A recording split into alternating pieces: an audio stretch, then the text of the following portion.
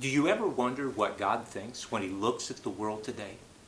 Well, if you want to understand what God thinks about the rebellion that's going on and the shameful things, the things that dishonor God, things the Bible calls sin, if you want to know what God thinks of them, look at the cross of Jesus Christ. There you will find Jesus suffering intense pain as part of punishment.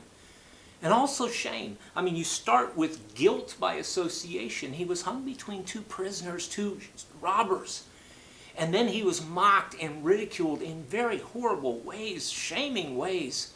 And then, quite unlike what your pictures show, Jesus was naked, hanging there for all the world to see, all that shame he experienced. But then you have to add to that it was pitch black for 3 hours. From noon till 3 in the afternoon when Jesus died. It was dark, no sun at all. And Jesus cried out in a loud voice, my God, why have you forsaken me? God turned his back on Jesus completely. See, God is the righteous judge, and he just can't overlook sin. It has to be dealt with. That's his opinion of sin. But hang with me here for a moment. You want to know what God thinks of you? Look at the cross. You are not there. Jesus is there in your place. See, God loves you. He's always wanted a relationship with you.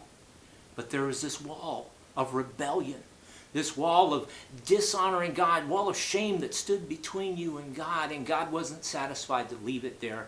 He sent his Son to take your place.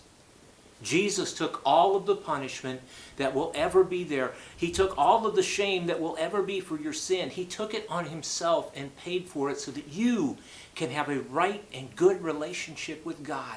And all you need to do is hold on to Jesus with all that you have. And you can hold on to him. You can, because Jesus is very much alive. So if you want to know what God thinks of sin, look at the cross. If you want to know what God thinks of you, look at the cross. I encourage you, take a long, hard look at the cross.